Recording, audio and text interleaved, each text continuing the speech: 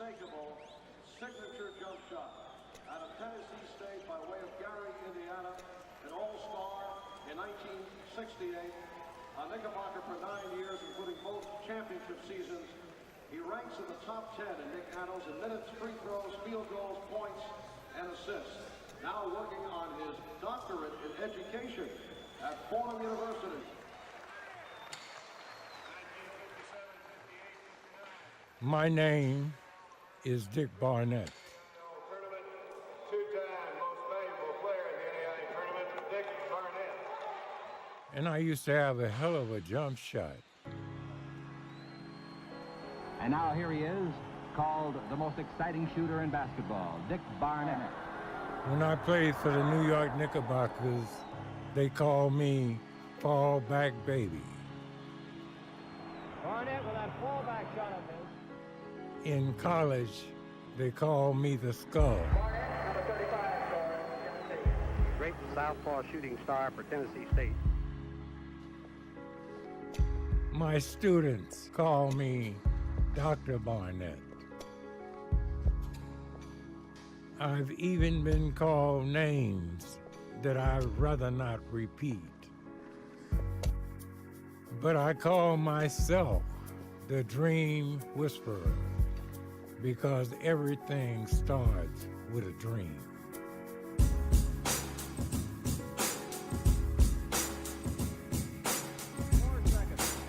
Three, two, one. We have a new NBA champion. Fallback Baby one more time and pay tribute on his night to number 12, Dick Barnett. I'm 85 years old, and I have a story that must be told. A story about a team you probably never heard of.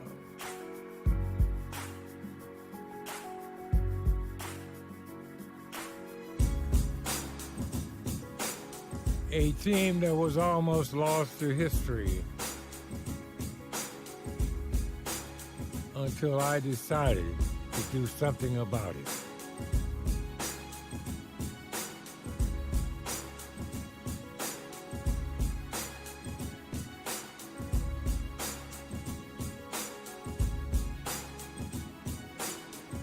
Scene 102, take one, marker.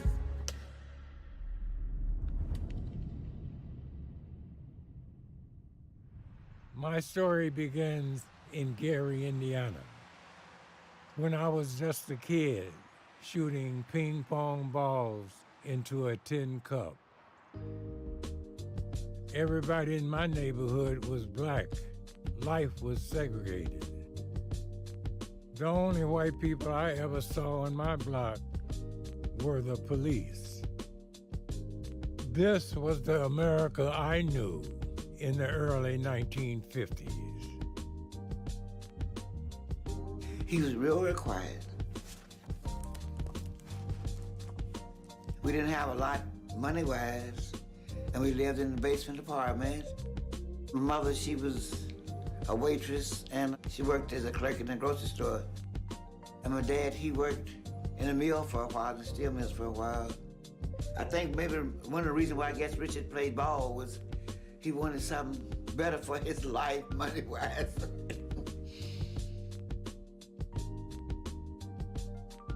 Probably made about 9 or 10, I imagine. He was young.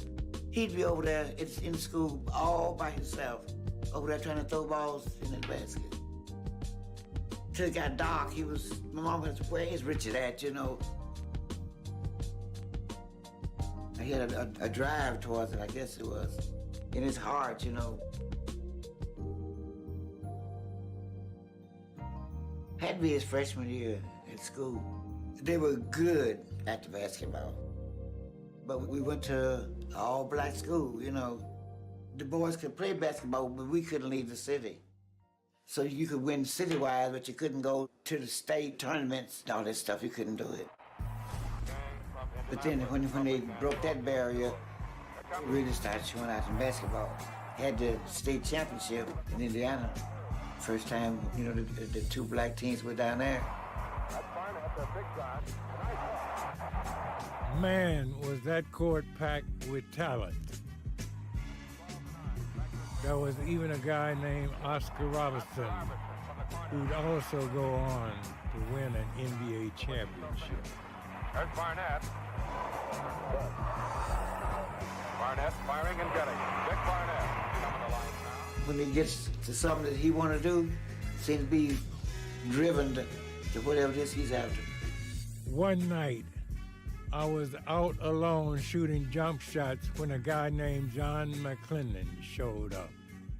I didn't know that my life would be forever changed.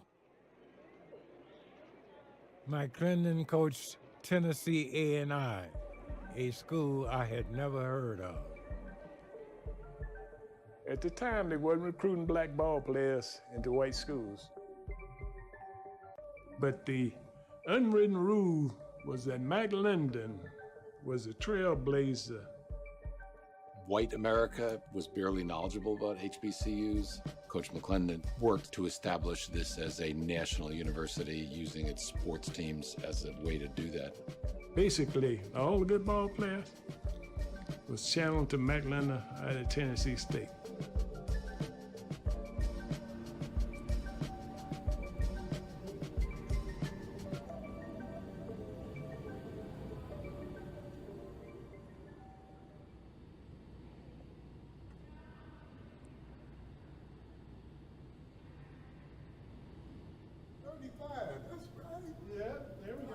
How you doing, sir? Okay, Barnett, man. Yeah, I just thought about looking. Yeah. I've seen him somewhere. Yeah. And then I just. Yeah. A tremendous amount of memories. The first time I heard about the Tennessee A&I team was in 1958. James Walker played for Southwest Missouri State, and they had played Tennessee A&I. And he came home, just screaming about this kid by the name of Skull Barnett. I said, what you mean they called him Skull? He said his eyes were empty sockets. When he grinned, he looked like a skull, except for one thing. When he had that pill in his hand, you can forget it. Say, hey, this dude was deadly. I thought I was going to be the star till Dick Barnett came in. You know? With his fabulous jump shot, and you know what I mean, and he was shooting that thing, and I pulled back a little bit and said, man, this man can shoot.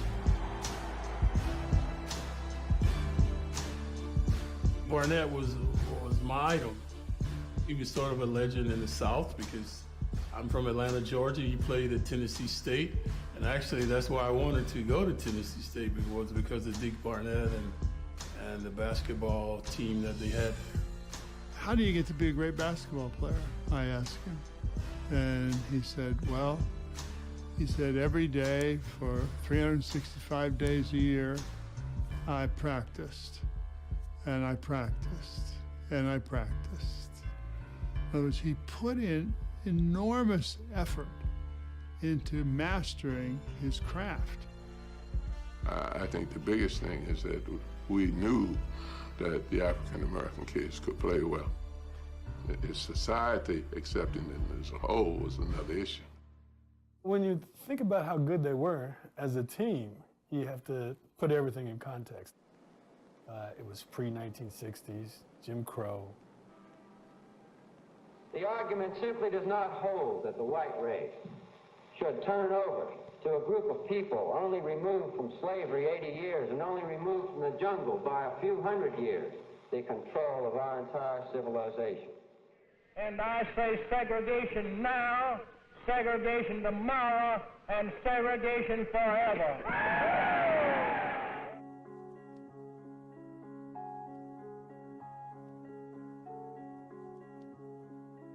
In the first year that I got to Tennessee State, Emmett Till was lynched in Mississippi.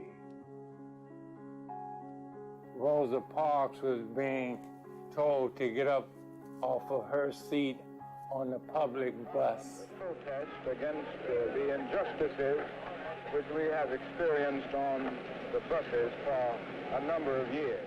Martin Luther King was forming the Montgomery bus boycott in Montgomery, Alabama.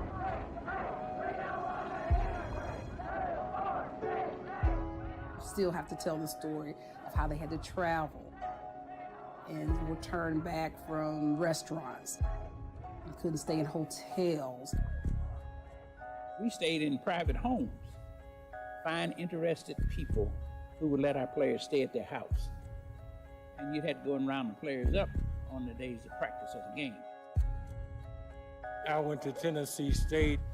In the land of cotton, where old times there are not forgotten,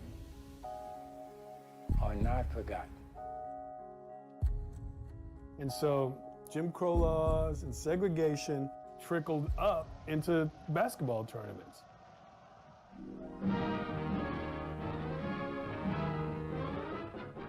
John McClendon began to petition to have his basketball teams participate in those tournaments.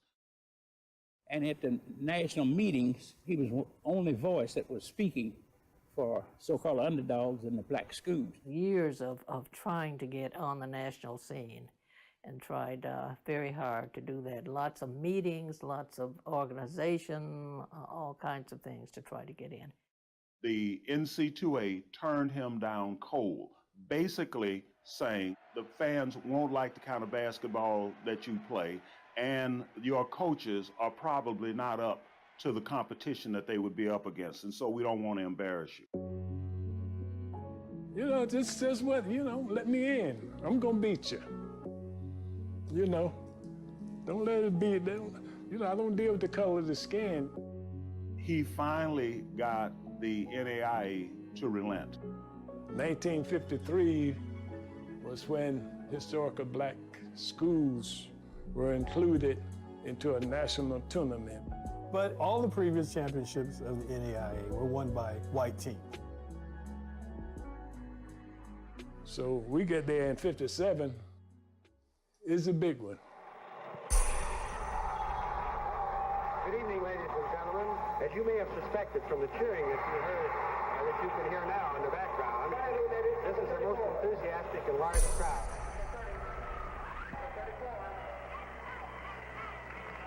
Held in Kansas City, Missouri, national championship of 32 teams, and it was competitive. And they had to play basically all white schools. 450 colleges is in every one of the 48 states, the District of Columbia, Hawaii, and Alaska. Out of 32 teams, and I imagine it was no more than about 12 teams on there that was mixed. Those schools had no clue who we were.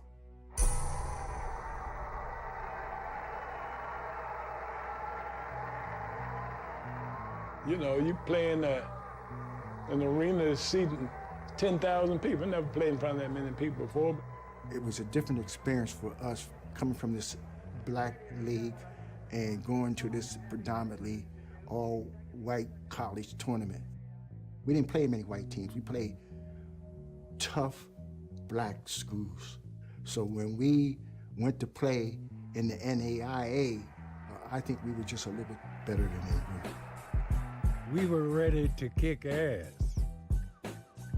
John was a tremendous forerunner in basketball and understood the game from the concept of how it should be played, how it could be played the best way.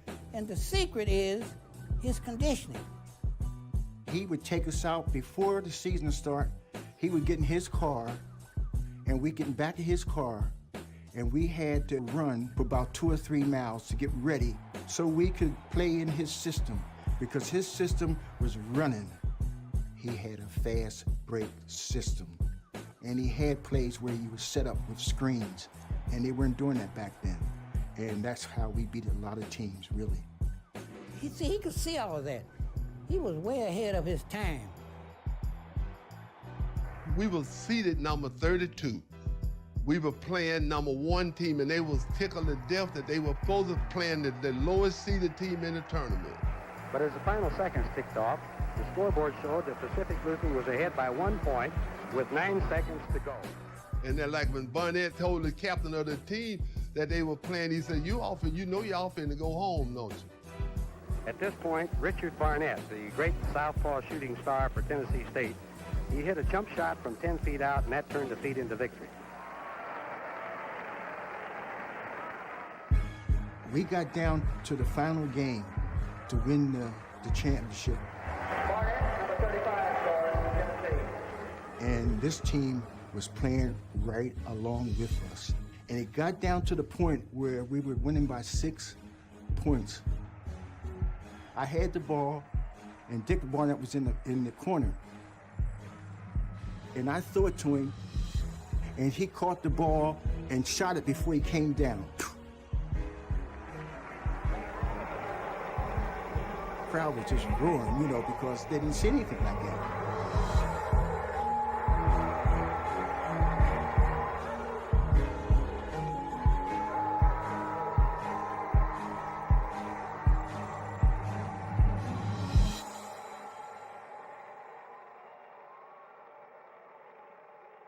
We jumping for joy. Black school, winning the so-called, white tournament. Now will the championship team and coach please come forward?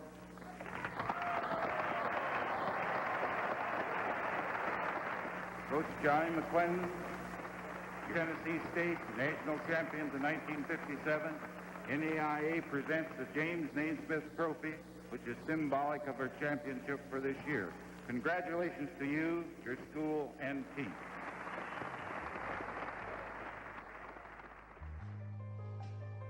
After we returned to Nashville, I went straight to the lunch counters downtown because the ugly face of racism needed to be confronted.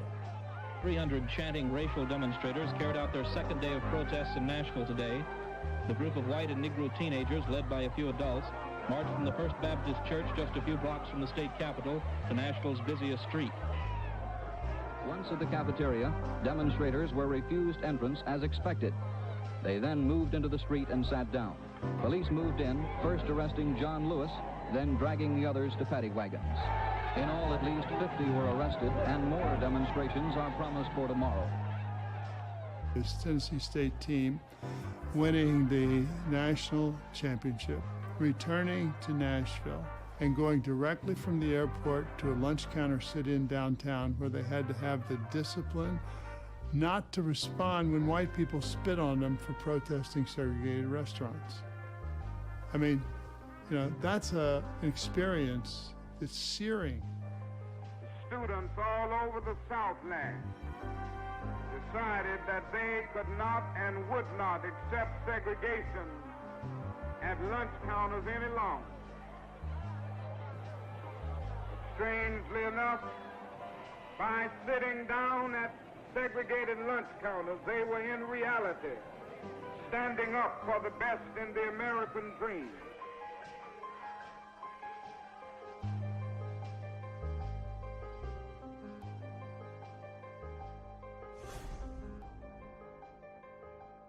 When you start recalling the fact that, sit-ins happen in Nashville during this time, those things that people can kind of then get a perspective on what this is all about. What was this all about? Oh yeah, this team was coming up at that particular time when there was some effort that was going on towards changing our society for the better. In Kansas City, Naismith Auditorium, and a team came in there. They were the Redbirds. They got in the arena and they were yelling, "We are the Redbirds. We are the Redbirds. Who are the Blackbirds? Who are the Blackbirds?" That was the course all the way up to the arena. The seats go all the way up to the ceiling. McLendon told the fellas, I hope you were deaf when you heard that. It has nothing to do with the game. The thing that you're supposed to do is put that ball through that hoop. Life for none of us has been a crystal staff, but we must keep moving. If you can't fly in Nashville, run. If you can't run, walk. If you can't walk, crawl. But by all means, keep moving. What John did was to tell him, now, you're going to face things like this, and all you have to do is to do your best and show what you are and what you can do. And that's the way you make progress. and what you know and are proud of about yourself. They had pressures on them. They were suspect in every regard. Are they going to act out? Are they going to get in trouble? Are we going to have some problems here? Are we going to have a race issue?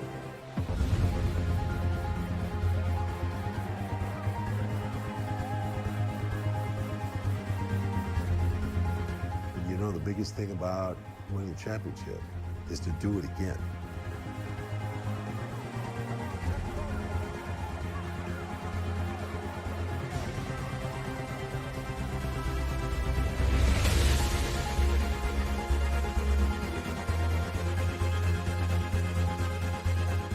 Then the third year is the tough year.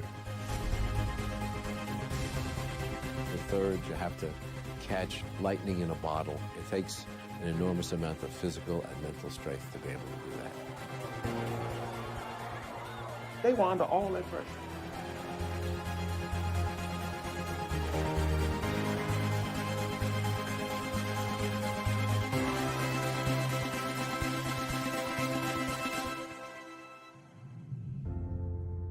And we're still champions.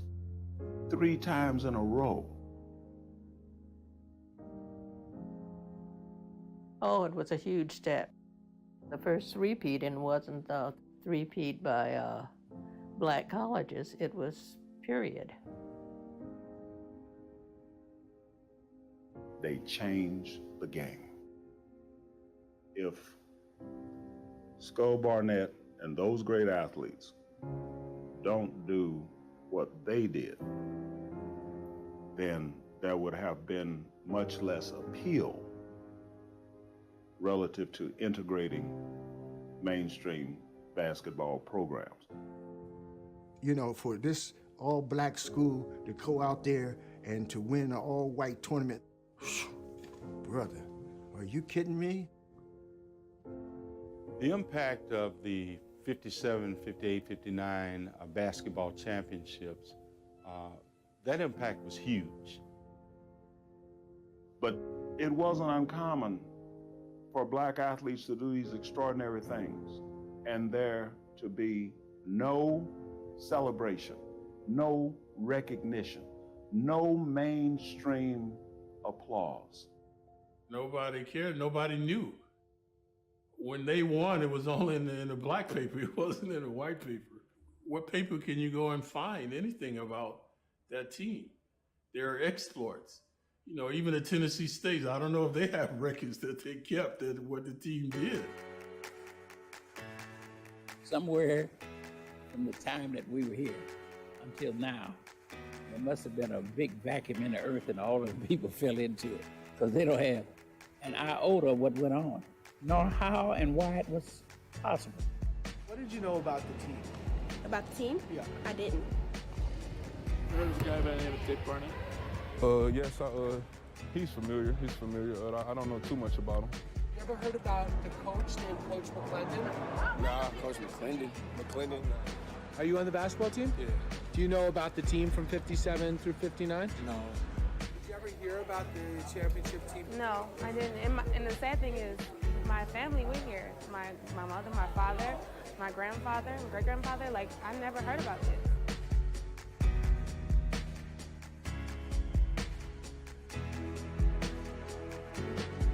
The students need to know about their past.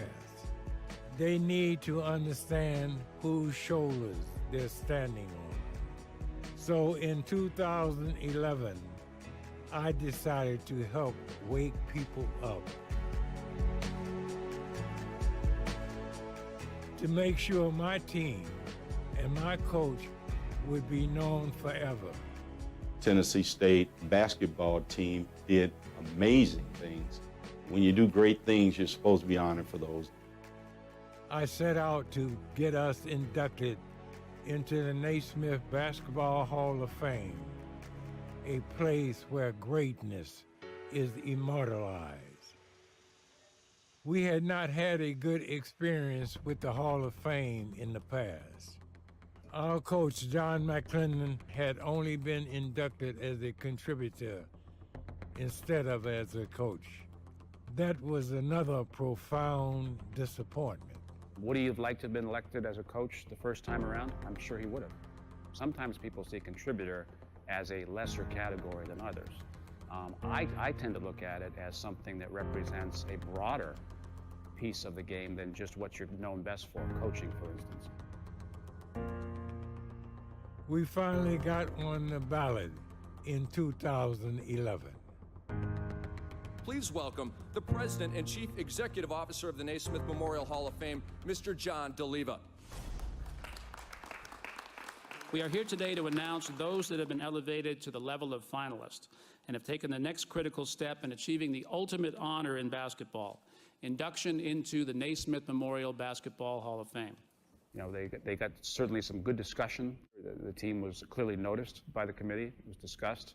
And they didn't get the required votes to be elected, but clearly they are eligible for the next 3 years at least. You know, they were on the ballot for the first time and didn't really receive enough attention to warrant them being included into the Hall of Fame. Now the problem is, not everybody who's voting knows what Tennessee A&I has done. Chris Mullen. You know, you really have to dig deep into who these people were when it goes back to 1950s and 1960s.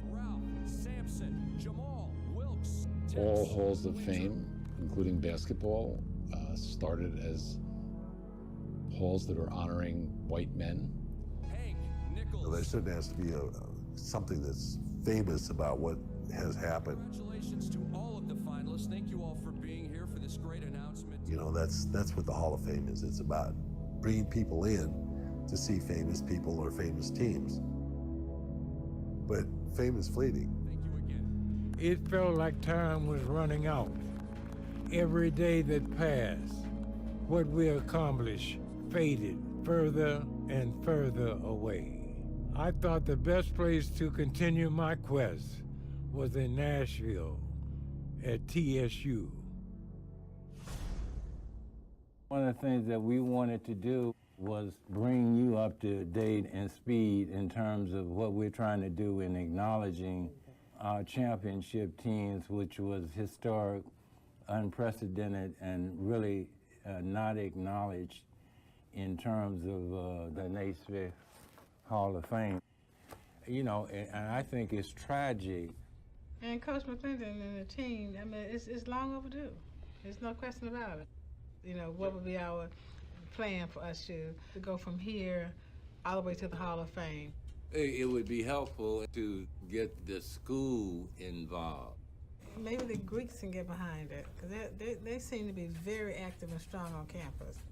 You know, as long as we have your support and we can move TSU in that direction, particularly as I move in terms of what I'm going to try to do.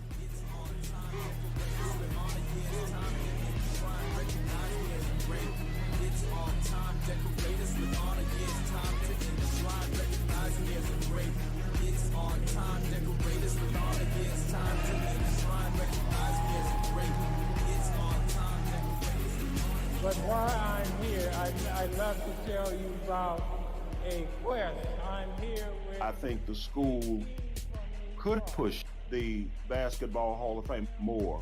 They most certainly can petition as a body. Hopefully we can count on you guys for our help. Thank you very much. For many candidates, hundreds of candidates, there's lobbying. From the student standpoint, the more that they can, kind of respectfully bring this story forth, would that have effect on the Hall of Fame voters? I think over time it certainly would. Why haven't we really given the right attention to the greatness that those teams really brought to Tennessee State? I just think it's something that we just kind of let slip through our fingers. And so we have to do something to bring some kind of national notice to get the voters. Definitely historic, motivated to change the championship. Tennessee State University needs to get behind Dr. Barnett and help push this effort. Absolutely, I'm 100% behind that effort to get it done. Oh, fantastic. That is very important to the legacy of this institution. And we get this in the Hall of Fame. Mr. Barnett, I'm This team should be in the Hall of Fame. And all the best things. As a Student Government Association president, I am compelled to do something about it, to push forward to make sure that we don't let this opportunity slide by. So videos, tweets, probably need to make a Facebook page or something. We have a whole year. You have to campaign for things. You have to get the word out and educate people on what this team accomplished. Tennessee State University, the Tennessee State University. We are trying to get inducted Basketball Hall of Fame. So everybody, please come out to Fist tonight and show your support. Well, I think if everybody gets behind it and enough people get behind it and make a lot of noise, we got a good chance just in anything else. Tennessee State is starting to do the thing that they're supposed to. Everything follows in steps. So if enough people get behind it, I think they have a good chance.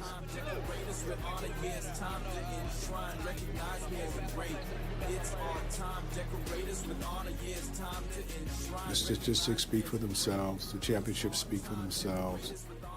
And I think recognition should be issued where recognition is due. In 2012, we were on the ballot again. Congratulations to all of the finalists. Thank you all for being here for this great announcement. The first members of the Hall of Fame class of 2012. If they didn't put this team in the Hall of Fame, which other team should have been there? I mean, it's bullshit. I mean, you know that, and I know that. So we hope to see everyone at the Basketball Hall of Fame. A lot of people see all-black schools as somewhat inferior to the overall talent that they think was out there at the time. People think, well, it was a black school playing against small white colleges, and they didn't really play against the good white kids. It was an all-black school. We're still an all-black school. Sometimes the votes just aren't there because we just don't have the kind of influence that sometimes it takes to just kind of get over that hump and get people to really recognize. I mean, the stats are there, the numbers are there, the data is there. 2012, another rejection. But my teammates and I were not surprised.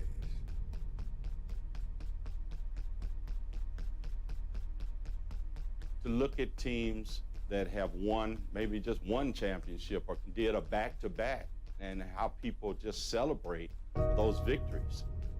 And if that qualifies those teams and those coaches to be honored with the best in the world, look at a team that did it 3 times back-to-back during the period of time in which they did. You've got the Dream Team in there, you've got the Harlem Globetrotters in there, you've got the Texas Western team in there.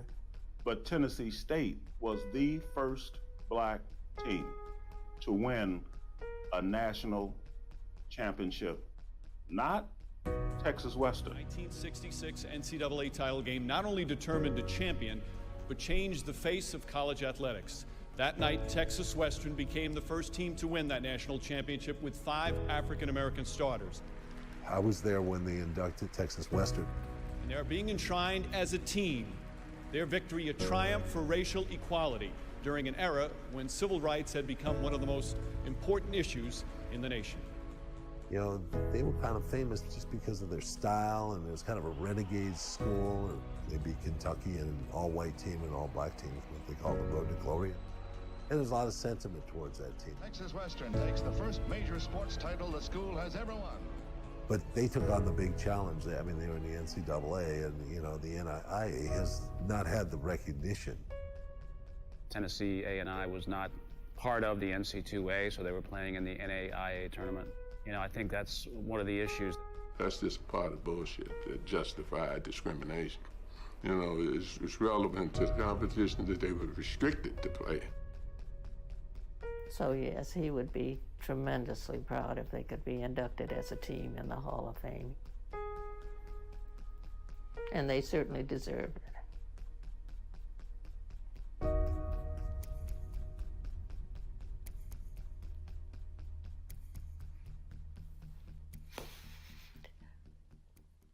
You would be proud of them.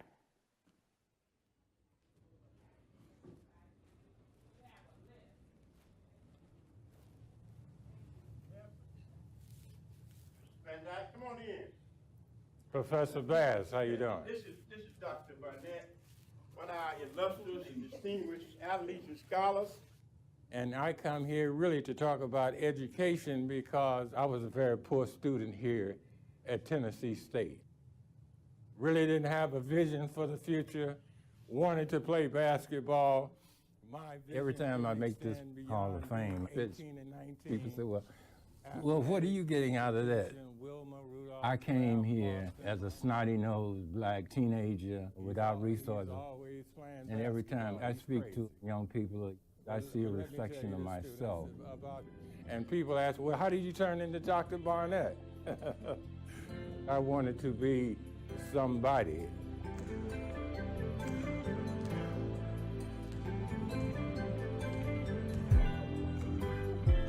I was one of those young black males that didn't understand the implications of education and what it would mean for your future.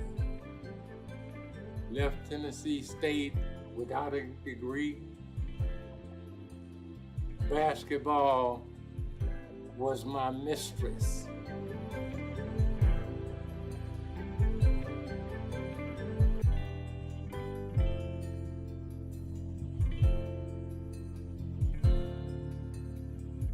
That loneliness and that existence really helped me get a doctor's degree, because that is also a lonely journey.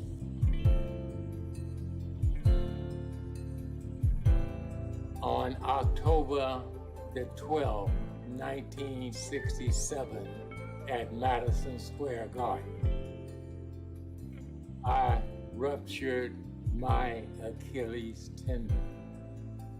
The doctor walked in and said, Dick Barnett, you might not play any more professional basketball. I made a transformative decision at that time. I better go back to school and get prepared for the future. And that's how I became Dr. Barnett. I published 23 books. I've taught at 3 different colleges talking about education and dreams and the limitless dimensions of human possibility. When I heard about Dick Barnett, there was a joke that the teacher asked him, what's your grade point average? He says 25 a game. He didn't go to class. This whole thing was just playing basketball, man. He's got the education now. He knows that in order to understand the present, it helps to know about the past.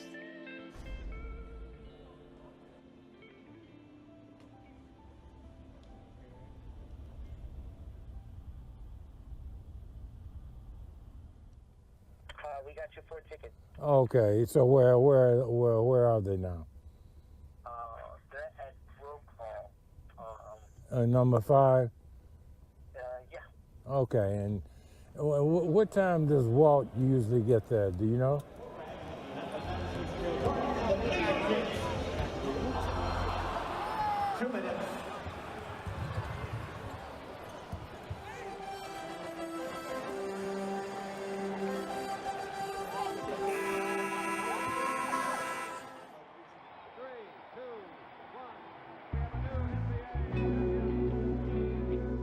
Get rejected so many times, not everybody can take that, man. What's happening, man? Okay. How long are you in town for? No, I'm here until the 15th. Oh, okay, good. It's a microcosm of his career. He was discriminated against, devastated, everything. Like even with the Knicks, he was the last guy to get his number retired. We had to kind of put pressure on the Knicks to do that.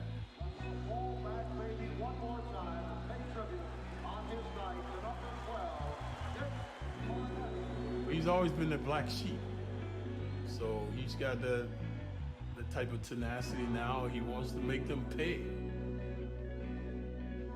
He says what he says and how he wants to say it, and he's a maverick.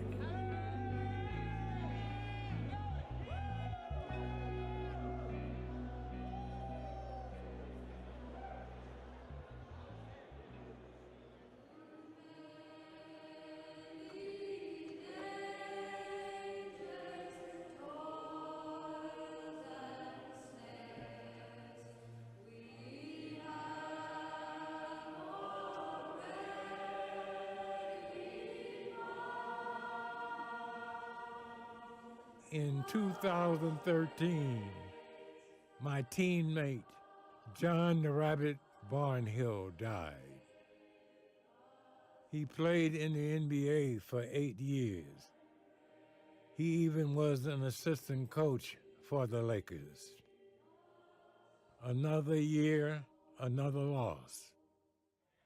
Sometimes I felt like I was the only one left to carry our message. Johnny died. Miller died. Coach Mike Leonard's wife died. That only made it more urgent to get our name in the hall. Before there would be no one left to tell our story. All right, ladies and gentlemen, let's get to the business at hand of introducing the first members of the Hall of Fame class of 2014. Today, elected from the early African American Pioneer Committee, Nat Sweetwater Clifton. 2014, still nothing. No progress I could see or sense. What more did the selection committee need to hear? I did not know.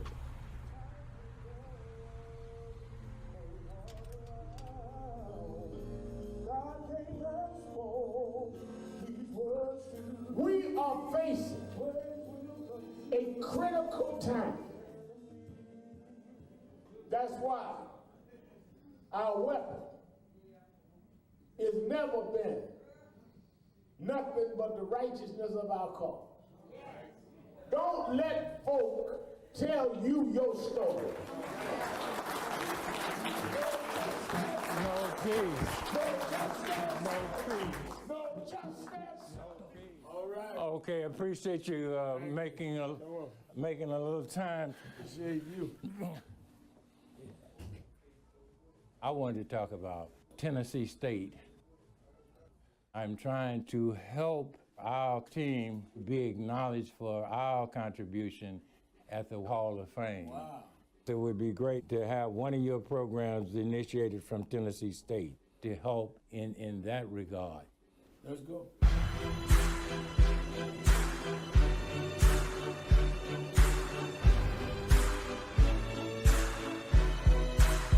Hearing about the initiative to get your team in the Hall of Fame. So you're here tonight to get the Reverend Al Sharpton to join the Bush to get you guys in No there. question. I'm coming to you live from Tennessee State University in Nashville, Tennessee. And I'm here because we're highlighting how the basketball team broke down the color line. We got here because there were some folks that was winning games when they wouldn't put the score on the board. But they played anyhow and won championships and dug out a future for those that are here today. And that is why Tennessee State is important. The whole world needs to look at a college sports untold story. Reverend Sharpton, I'm very encouraged that the legacy will be revitalized. We're not going to stop until we're inducted into the Naismith Hall of Fame. And I think we're almost at the end of this process. How big of an impact do you think you can have on Dr. Barnett's Hall of Fame campaign? I hope a lot of impact. I think that if we can help put a lot of light on it, I think that it will ultimately succeed. We ought to be arguing the case for him rather than him having to argue it for himself. He's done his work. We now need to do the work for him and for his team. Thank you. That's all the time we have right now.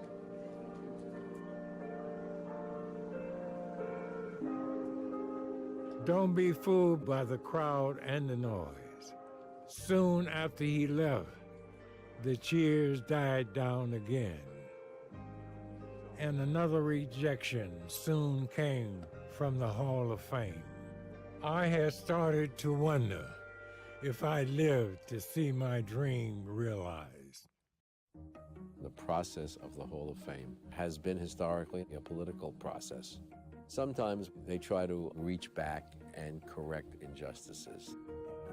We all know the story of John McClendon. He was inducted in 1979 as a contributor, And while it took us a while, 2016, after a lot of discussion internally and externally, we wanted to state that the Naismith Basketball Hall of Fame wanted him to be elected as a coach.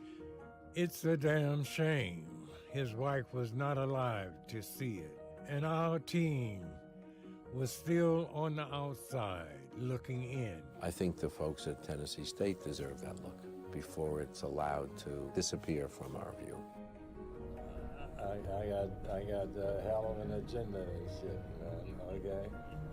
His tenacity, his conviction, his dedication to his teammates and to what the program meant. It's just really admirable. Dick Barnett has called me and not been so, I don't want to say politically correct, but not so nice on the phone. He obviously has a story to tell, and he is very authentic in that story. We will reveal the names of the finalists for this year's Hall of Fame class, the class of 2016. But of course, fame, achievement, accomplishment does not override race and racism. That's what's rocking. That's what's rocking, okay? Let's face it, you can't call it nothing else but what it is. For 60 years. I can't say that it wasn't about people's feelings about African Americans at that time. I can't say it was, or I can't say it wasn't about that. And how long can a man turn his head and pretend he doesn't see? They looked away for so long, man, but this was a magnificent feat. No one had done that before. There are many people around the world eager to learn who has been chosen as today's finalists for the Hall of Fame class of 2017. It's a tremendous honor. Denied again. This is still white America. And our grandparents, our fathers and our mothers living out a step away from slavery had to go through all of this to give you guys opportunities that we never even dreamed of. This isn't just Tennessee State's story. This is Southern University's story. This is Prairie View's story. This is Florida A&M's story. This is America's story. There's a value in justice. Some things are worth battling for and fighting for, simply because it is just. Well, I think it's awesome that they take such a in-depth look, because there's so many guys that have contributed that don't get the recognition.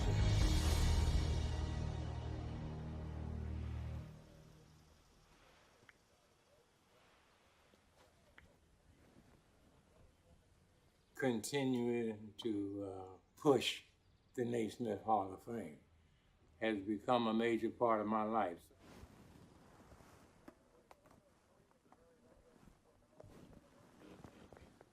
I'm 82 years old now. So it continues even at this age.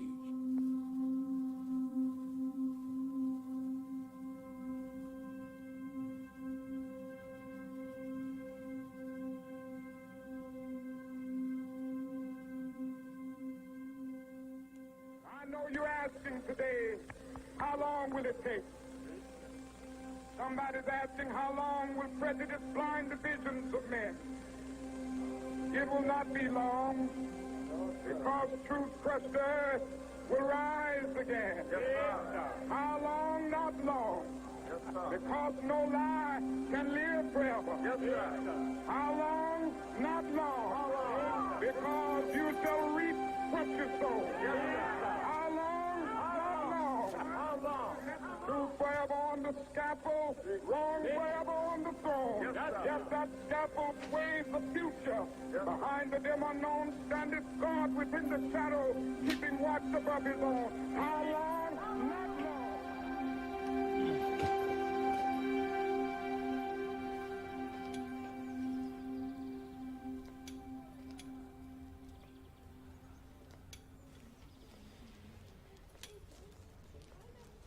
Okay. Well,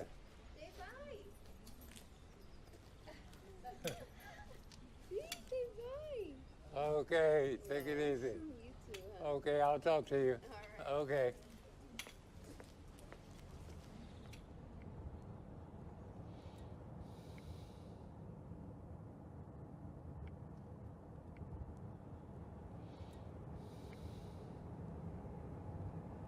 Are we getting closer?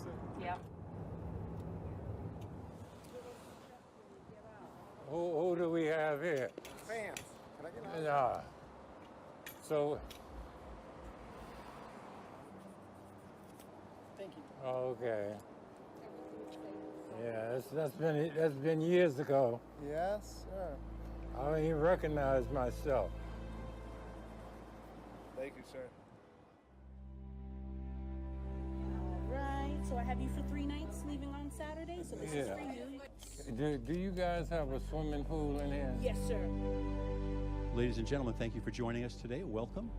On behalf of the Naismith Memorial Basketball Hall of Fame in Springfield, Massachusetts, thank you all for joining us today to welcome the newly named class of 2019.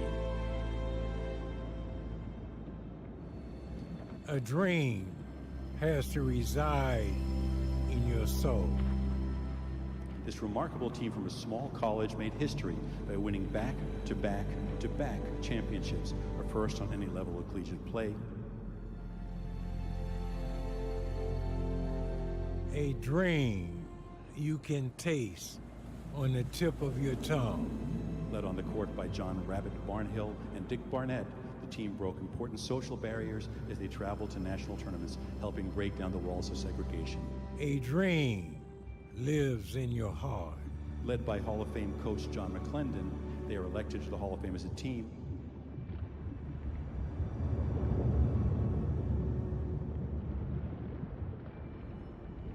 The Tennessee A&I championship teams of 1957 to 1959.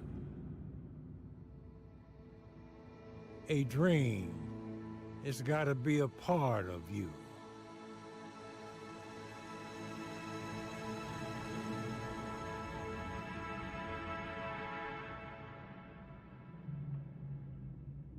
The Basketball Hall of Fame is celebrating the final day of enshrinement weekend.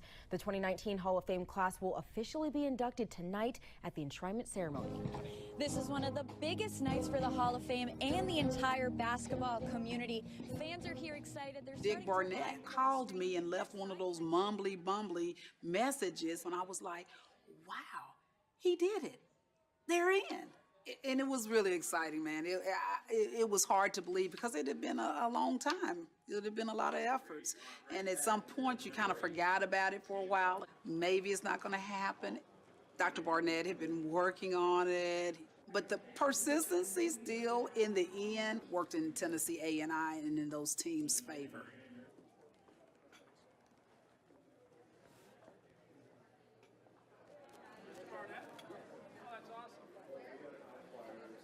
John DeLeva with the Hall of Fame. Okay. Hey, how are you? Finally get a chance to meet you, man. Nice to see you. Okay, good. Same here. The cream always rises to the top, but it might not be when everybody wants it to. Should this team have gone in prior to? Maybe it should have. It wasn't nominated until recently, relatively recently. At all discussions over the past 4 or 5, maybe 8 years, we have talked about the Tennessee A&I team. It's a great story, and finally we recognize that. And while it took us a while, I hope Mr. Barnett is pleased. How are you? Okay. Nice to see you. Long time. Yeah. Paul Westfall, Dick. Okay, good to see you. Man. Good to see you, man. I haven't seen you in years. It's a long time. Yeah, it's been. Imitate you. Yeah, okay. Can't jump anymore. Fall back. Did we taking good care of you? Yeah, take it. I appreciate, this is a suit. Yeah. All right, if you need anything, you've been introduced to all of our staff members that can take care of you. Oh, okay, fantastic. Good. Yeah. All right. Okay.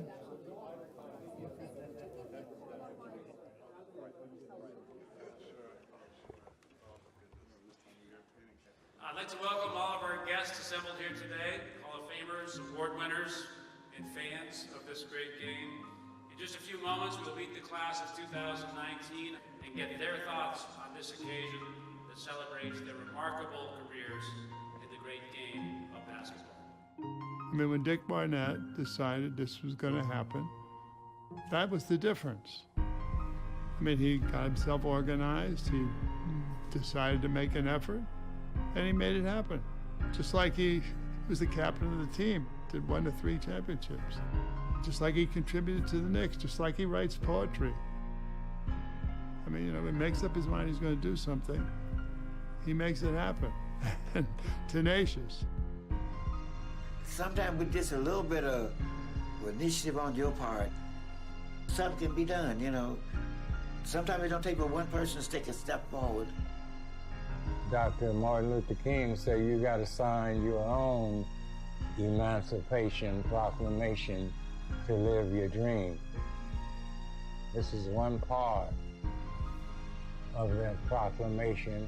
They are now elected to the Hall of Fame as a team, the Tennessee A&I Championship teams of 1957 through 59.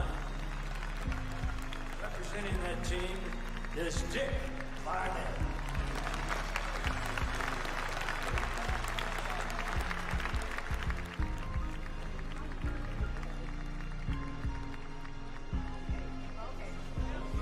Not a bad fit. Right, fits right.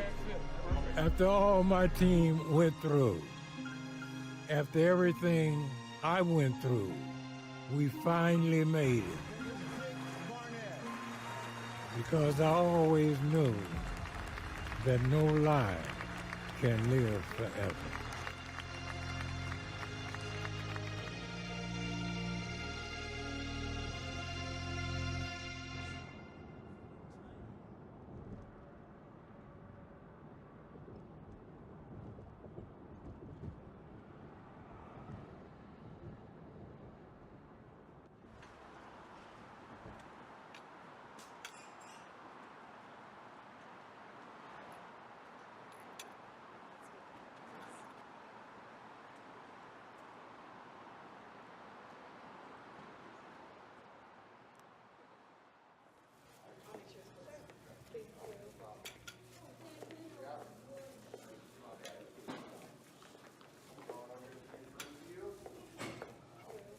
All right, fellas. You know, I'm honored today to have this opportunity to have somebody as legendary as we have come to speak to you guys. This guy was part of the 57, 58, 59 National Championship Tennessee A&I Tigers team. Just got inducted into the National Basketball Hall of Fame. And I want y'all to give y'all undivided attention to Dr. Barnett. Okay. I'm glad to be here and have an opportunity to talk to you young men. What brought us to this induction to the Hall of Fame? Let me tell you guys what happened. As we traveled across the South, kicking ass, my job isn't finished. I have a tremendous legacy, and it's a legacy I'd like to pass on. It's time for these young people to take the baton and move America ahead where it should be.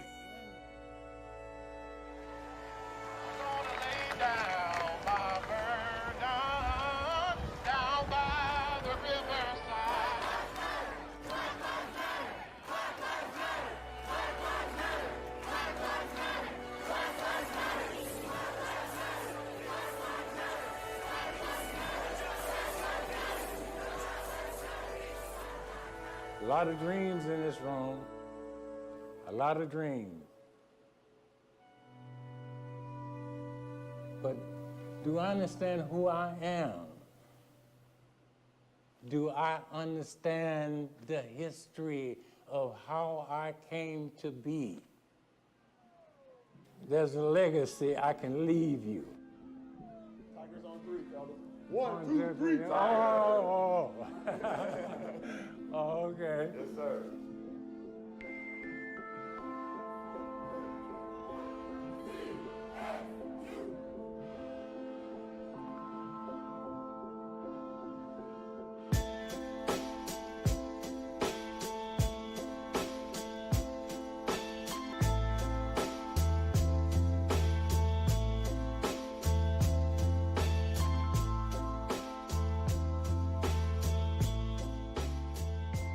I am the carrier of my dreams.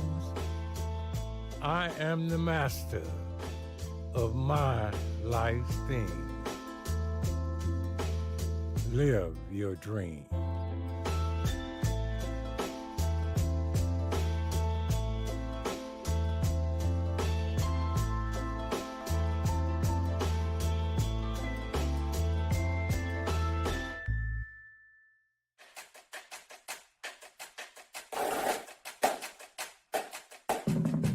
In 1912, tradition began, and in 1957, history was made. As a result, 4 players were drafted into the NBA. Yes. Definitely historic, motivated to change 3 championships, blowing opponents out of the frame. A moment made out of purpose, deserving higher respect. Legendary and bold, regarded one of the best. Yes, my name belongs in the Hall of Fame. Molded by McGlennon, respected around the game. Making a statement in a time of separation. One team on a mission that changed the whole nation. Recognize me as a great, it's our time. Decorate us with honor, yeah, it's time to enshrine. Recognize me as a great, it's our time. Decorate us with honor, yeah, it's time to enshrine. Recognize me as a great, it's our time. Decorate us with honor, yeah, it's time to enshrine. Recognize me as a great, it's our time. Decorate us with honor, yeah, it's time to enshrine. We were the first. 1957 we emerged, we deserve it, nothing less. Blue, I believe for sure. Talented, divine, glory inside the lines, dominating in AIA.